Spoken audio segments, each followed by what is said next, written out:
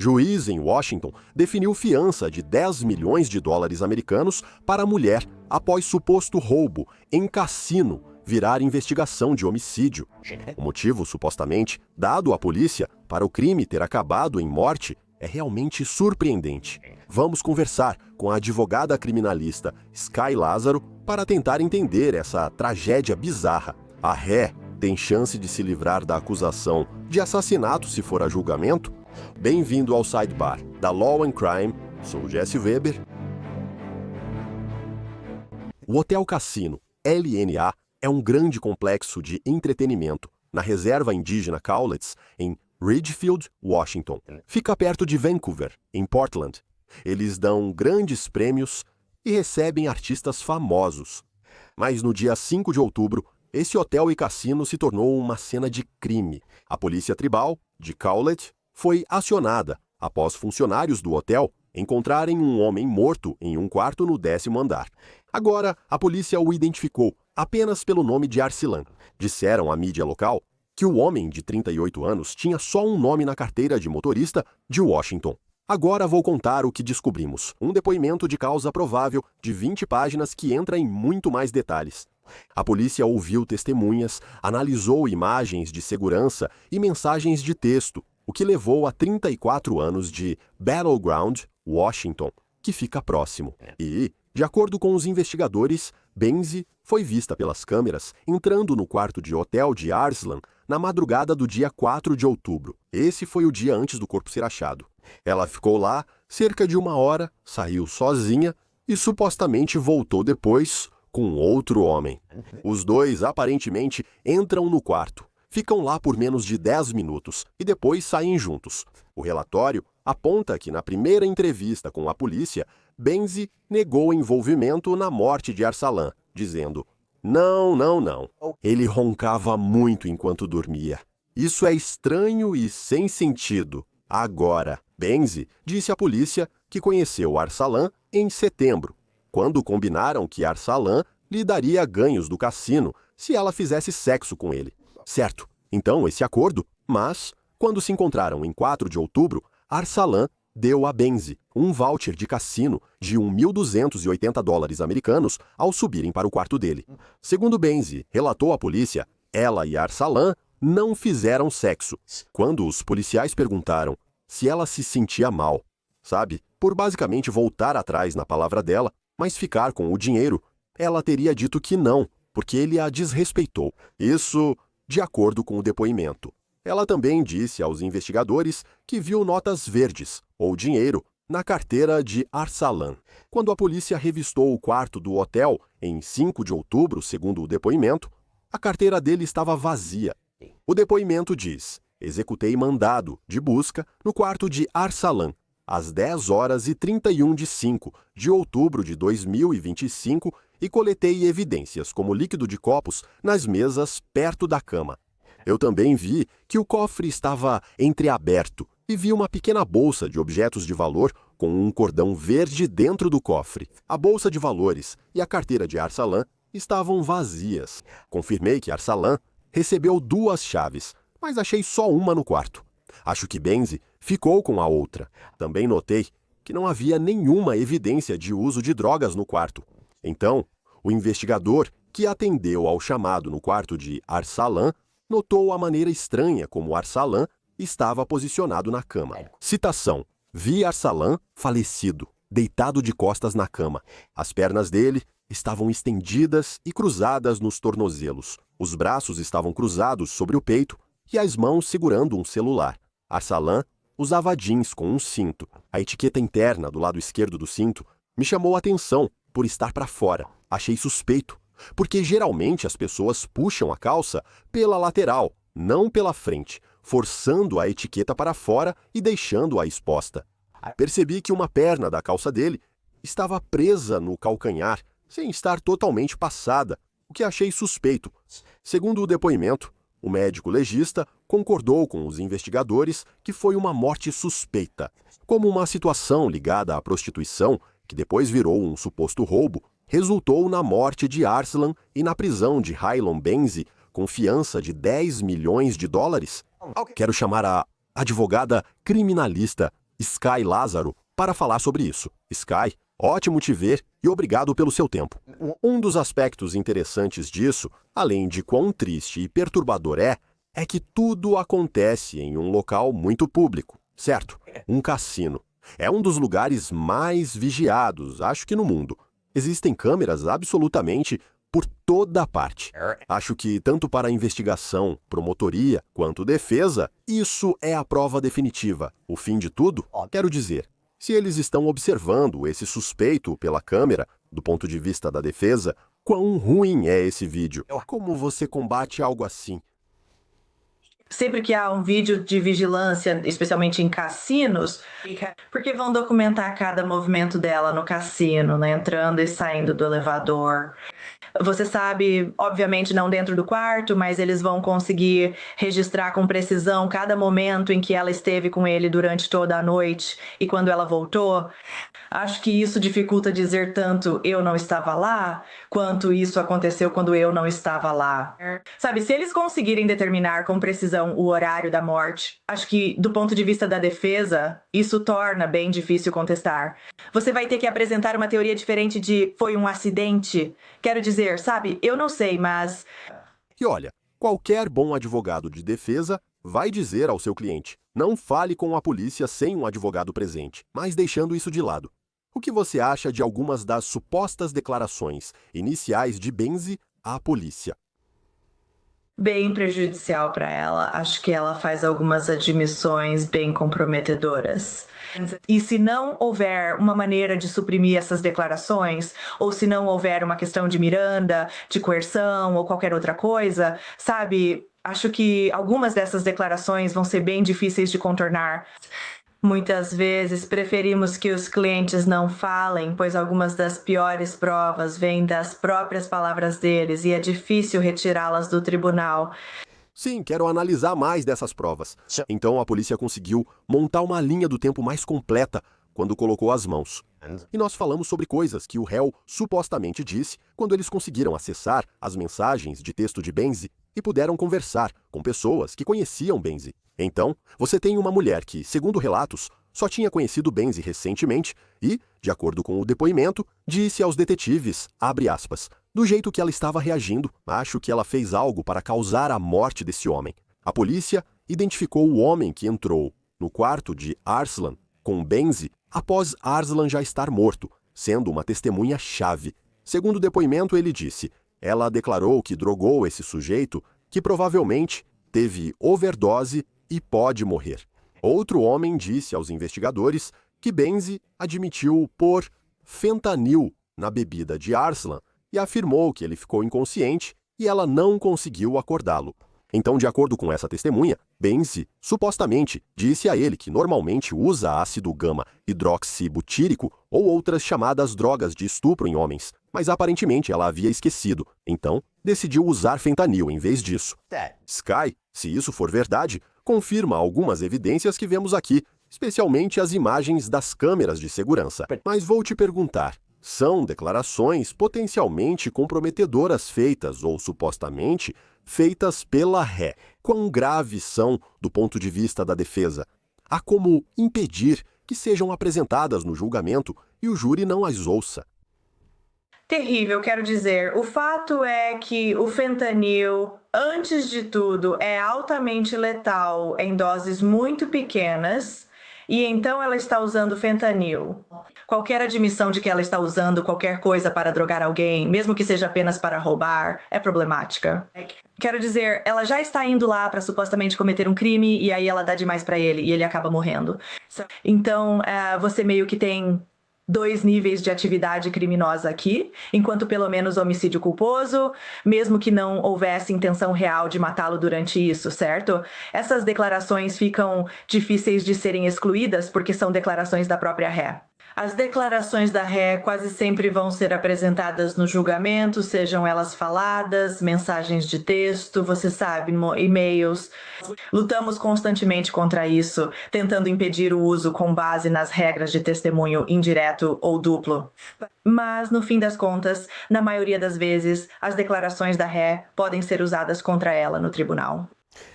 Parece para você que um promotor poderia então apresentar como prova, em um julgamento. Se essa declaração for verdadeira, todas as outras supostas ocasiões em que ela teria usado drogas de estupro em homens, que isso se torna um caso em que não se trata apenas de Arslan, mas de outro padrão de comportamento. Isso não seria relevante ou seria muito prejudicial? Essa declaração realmente faz pensar. O que mais ela poderia ter feito? Eu quase garanto que a promotora vai tentar apresentar quaisquer declarações ou outros incidentes do que chamamos de más condutas que normalmente seriam excluídas. Em certas situações, isso pode ser incluído em um julgamento criminal, especialmente em um caso como este, se a promotora conseguir demonstrar isso. Ela já fez isso antes, ela tem um padrão de conhecer homens, drogá-los para roubá-los, seja lá o que for. A defesa vai alegar que isso é prejudicial, não é parecido bastante e que atos ruins não devem ser incluídos. Deveria tratar só do que aconteceu aqui. Mas quando ela faz uma declaração de que já fez isso antes, era para ser como todas as outras vezes, exceto que dessa vez o cara acabou morto. Acho que será difícil para a defesa excluir isso. Acho que há uma boa possibilidade de que essa evidência possa ser apresentada neste julgamento. O mais chocante é que, se essas alegações forem verdadeiras, ela não consegue guardar os detalhes do ocorrido para si. Porque deixa eu acrescentar isso também. A polícia conseguiu um mandado de busca para o celular do Benzi. A gente sabe que o celular é uma das peças de evidência mais importantes que existem. As mensagens de texto apresentadas no depoimento parecem indicar premeditação e planejamento, pelo menos no que diz respeito ao suposto roubo. Beleza? Então, tem uma mensagem que aparentemente foi enviada para um cara chamado Derek e dizia, abre aspas, rindo pra caramba, tô morto. Preciso achar um homem rico para roubar. Rindo alto. Estou quase sendo despejado. E eu não posso deixar isso acontecer, porque não tenho casa de família para onde ir, nem um maldito carro, já que acabei de destruir o novo que acabei de comprar. Então, tô surtando. Você tem alguma ideia? Havia outra mensagem para Shay, onde ela novamente mencionou dopar alguém e pegar seu dinheiro. Abre aspas. Tô entediada e tenho investido nesse cara que aposto que tem 100 mil na conta bancária agora. E Shay respondeu, e por que ele deveria simplesmente te dar esse dinheiro? Ao que Benzi supostamente disse, rindo alto, não, vou conhecê-lo, depois dopá-lo para ele dormir e pegar o dinheiro. Então, voltando ao ponto, uma coisa é perguntar, ok, o que as testemunhas dizem, certo? O que elas dizem? O que elas lembram? Elas são confiáveis? Mensagens assim, o que acha? Mensagens são ainda mais difíceis. Quero dizer, você está certa quando você fala sobre testemunhas. Sabe, obviamente a equipe de defesa dela vai questionar quem são essas pessoas, elas são confiáveis, têm algum histórico, estão planejando algo com ela, estão fazendo as mesmas coisas. Tudo isso, todos esses elementos que podemos mostrar ao júri para provar que estão mentindo ou inventando. Ter as palavras da Ré em mensagem de texto, algo escrito para mostrar ao júri, é uma prova difícil de contestar. Você pode dizer que ela estava brincando ou que não foi intencional, mas o fato de que ela falou sobre por que precisava do dinheiro, que estava tentando fazer isso com outro cara, que esse era um plano dela e então ela vai lá e faz, essas provas provavelmente serão aceitas, especialmente porque são mensagens de texto dela, desde que possam ser autenticadas. Acho que o júri verá isso de forma favorável ao Estado, não à Ré. Tenho mais para contar. Houve outra troca de mensagens entre Benzi e um homem incluída na declaração de causa provável, e Benzi, supostamente, falou sobre a necessidade de drogas para fazer Arslan, abre aspas, dormir. Ela disse que planejava dar a ele 200 migá de Valium. Por volta da morte de Arslan, as mensagens de Benzi ficaram muito mais desesperadas e frenéticas, com ela enviando textos como meu Deus, me liga, ponto de exclamação, ponto de exclamação, ponto de exclamação. Amor, me liga, eu estou surtando pra caramba. Ponto de exclamação, ponto de exclamação. Tudo deu errado. Ponto de exclamação, ponto de exclamação. Ela começa a enviar mensagens, aparentemente para outro homem chamado Alfonso, usando letras maiúsculas. Entrei em pânico e fiz besteira. Preciso sair daqui, por favor.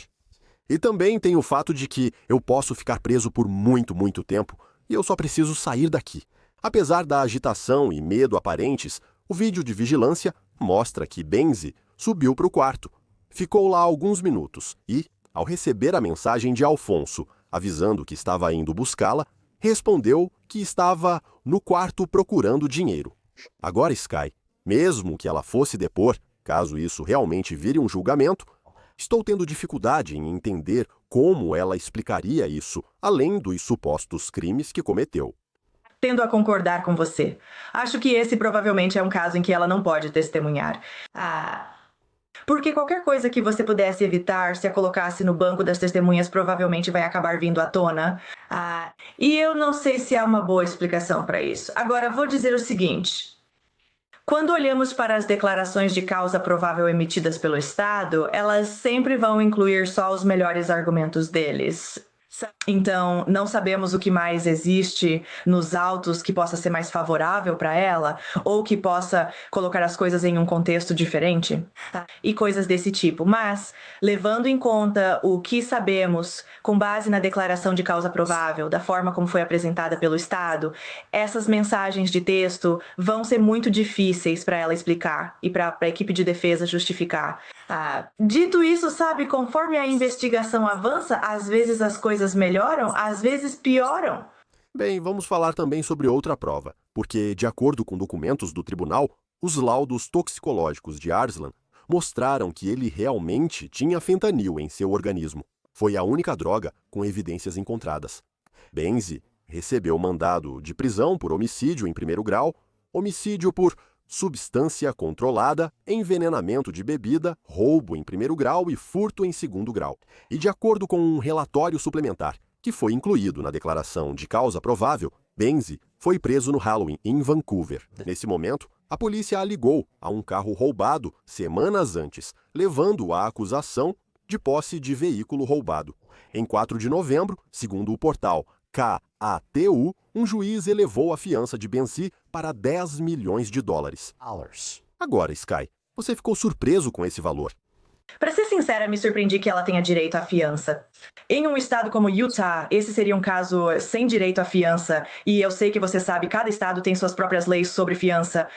Não me surpreendem os 10 milhões de dólares. Para mim, é como o juiz negar a fiança, pois o valor é tão alto que, mesmo com fiador, seria impossível pagar. Esse valor provavelmente está além do que ela pode pagar.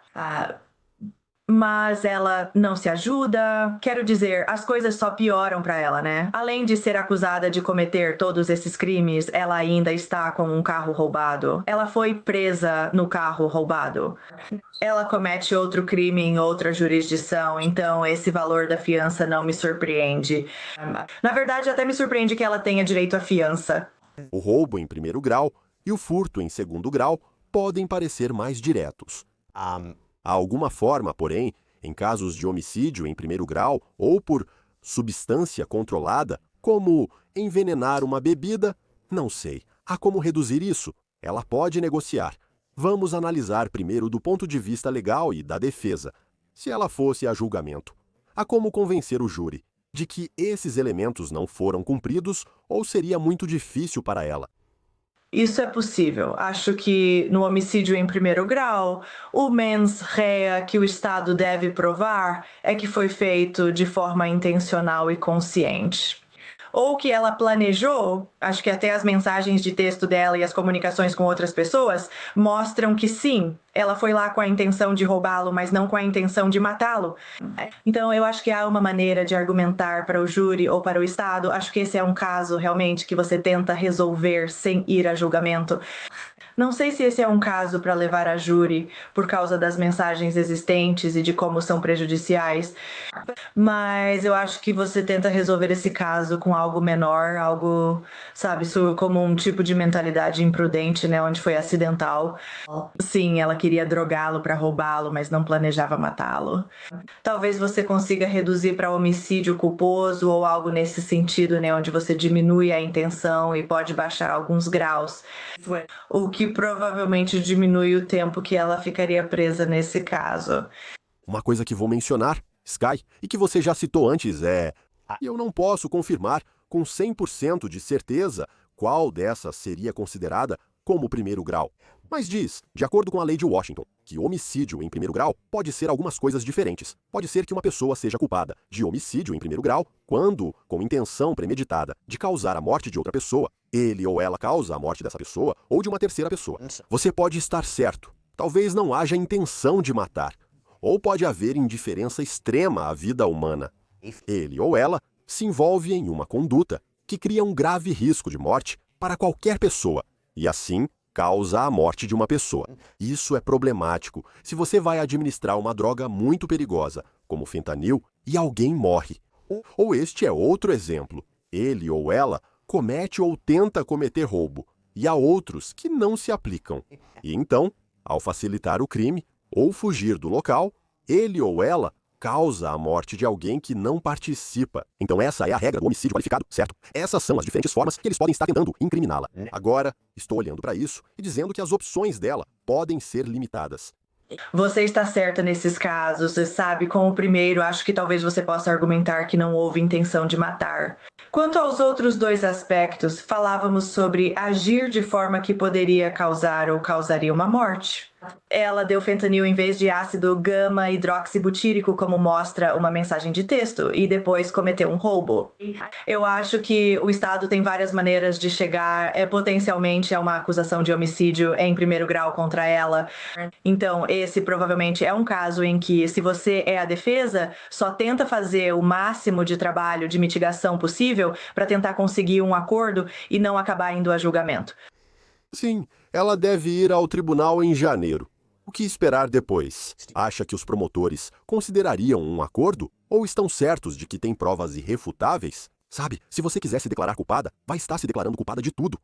Isso vai depender de vários fatores, e um deles também é a família da vítima. Sabe, até que ponto eles querem passar por litígios antes do julgamento, ou por um julgamento nesse caso.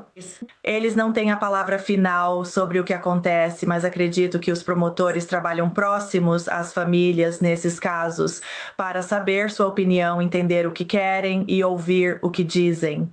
E se eles disserem algo como, olha, só resolvam isso, não queremos passar por tudo isso, eles podem ficar mais inclinados a oferecer um acordo. Eles terão muitas acusações contra ela, o que deve resultar em bastante tempo de prisão.